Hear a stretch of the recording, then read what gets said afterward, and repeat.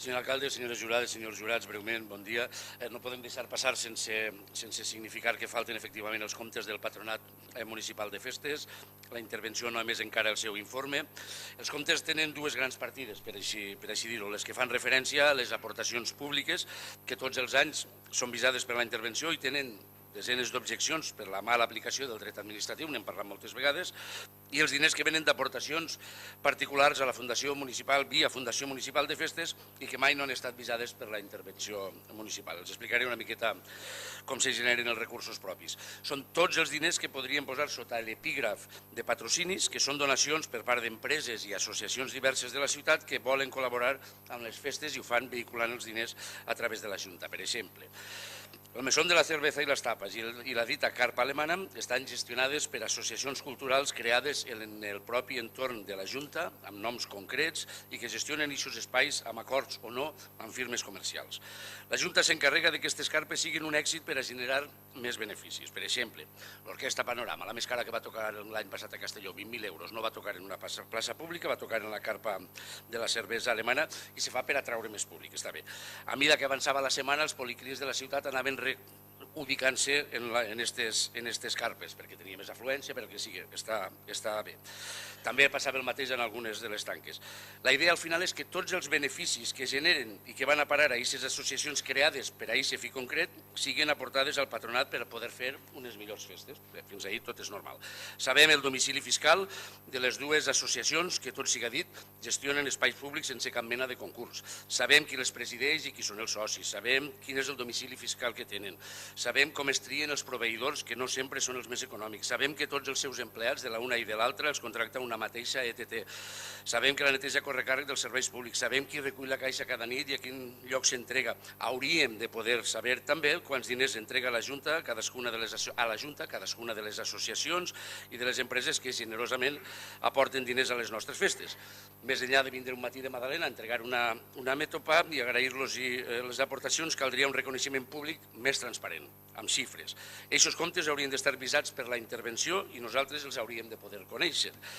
De fet, la llei diu que han d'estar en el Ministeri abans de la fi de març, encara que just enguany el ministre Montoro, saltant-se la seva pròpia llei, ha informat que poden entregar-se fins al 22 de maig, just l'últim dia laboral abans de les eleccions.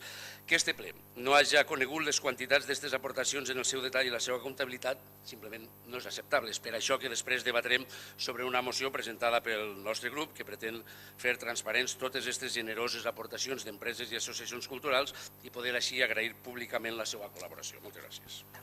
Respecto de todo lo relacionado por ustedes en relación a la Junta de Fiestas, decir que el Patronato Municipal de Fiestas, saben ustedes perfectamente que se constituyó el pasado año 2014, que el ejercicio 2014 se realizó una ejecución del programa de fiestas con un sistema mixto, todavía no había desaparecido la Fundación Municipal de Fiestas y ya se había creado el Patronato Municipal de Fiestas, y eso evidentemente ha conllevado una tarea excepcional que por parte de la intervención general del Ayuntamiento está culminándose y que en próximas fechas se culminará la aprobación definitiva de esa liquidación 2014.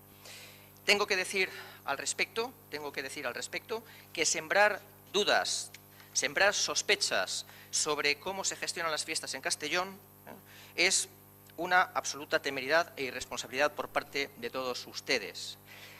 La liquidación de la Fundación Municipal de Fiestas, y por analogía, señor Nomdedeu, usted fue secretario del órgano encargado de la liquidación de la Sociedad Municipal UMSA, es una liquidación que conlleva sus tiempos, conlleva su tramitación, y no es una tramitación ni rápida ni sencilla, y usted precisamente lo conoce a la perfección. Creo que lo conocen todos los portavoces, exactamente igual que el señor Nomdedeu, que fue secretario de esa comisión encargada de la liquidación.